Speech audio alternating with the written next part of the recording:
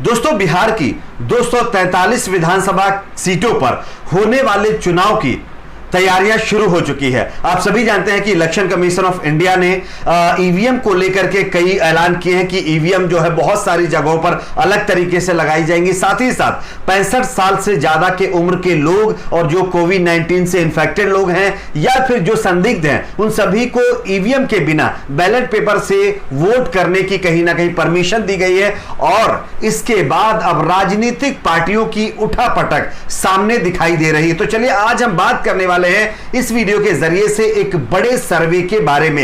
यह सर्वे हमारा नहीं है, यह जो है थर्ड पार्टी का सर्वे है, जिसके हिसाब से बिहार में आने वाले चुनाव यानी जो विधानसभा के हैं, इसमें किस पार्टी के खाते में कितनी सीटें जा सकती हैं, इसकी जानकारी हम आप तक पहुंचाने वाले हैं। वैसे तो आप सभी जानते हैं कि आरजेडी को कुछ दिन पहले ही जेडीयू ने बड़ा झटका दिया। एमएलसी चुनाव से पहले ही 5 एमएलसी आरजेडी के जेडीयू में शामिल हो गए। वहीं आरजेडी ने भी जेडीयू को बड़ा झटका दिया, कई नेताओं को अपनी पार्टी में शामिल कर लिया है। लेकिन इस बार जो नया मामला सामने आया है, यह बीजेपी की मुसीबत और बढ़ाने वाला है। दरअसल बिहार के सियासी गलियारे से एक बड़ी खबर आ रही है, वो यह है कि कांग्रेस ने दावा किया है कि बिहार विधानसभा चुनाव में लोजपा यानी एलजेपी एनडीए को छोड़ उनके साथ आएगी।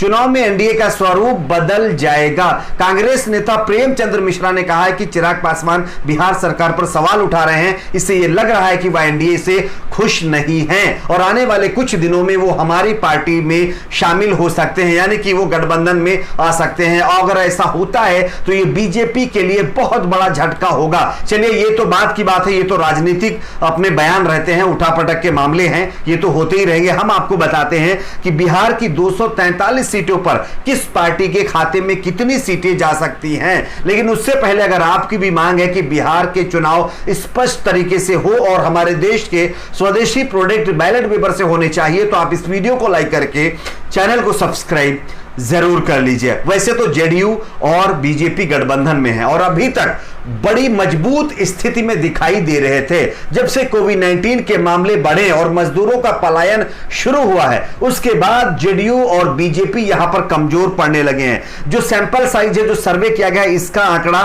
40,000 से ज्यादा है। 40,000 से ज्यादा अगर सैंपल साइज के हिसाब से आंकड़े देखें तो दोस्तों एनडीए के खाते में अभी तक सिर्फ 90 सीटें जा सकती हैं, जबकि यूपीए के खाते में यानी महागठबंधन के खाते में 125 और अदर के खाते में 28 सीटें जा सकती हैं। अगर हम अलग अलग आंकड़ों की बात करें तो जेडीयू के खाते में 50 सीटें, बीजेपी के खाते में 35 और अदर जो इनके साथ मिली हुई पार्टी है उनके पास सिर्फ 5 सीटें जा सकती हैं। जबकि आरजेडी के खाते में 80 और कांग्रेस पार्टी के खाते में 35 और 10 सीटें अन्य के खाते में जा सकती हैं। इसमें 3 से 4 सीटें एमआईएम की भी शामिल हैं। तो यह है पूरा आंकड़ा। इसके साथ साथ ऐसा लग रहा है कि बिहार में आने वाले विधानसभा चुनाव में एक बार फिर बीजेपी की मुश्किलें बढ़ती हुई दिखाई दे रही। लेकिन बीजेपी जेडीयू भी अभी तक मजबूत स्थिति में हैं। वो कभी भी राजनीति के चाणक्य वाली अपनी पॉलिटिक्स से पीछे नहीं हटेंगे।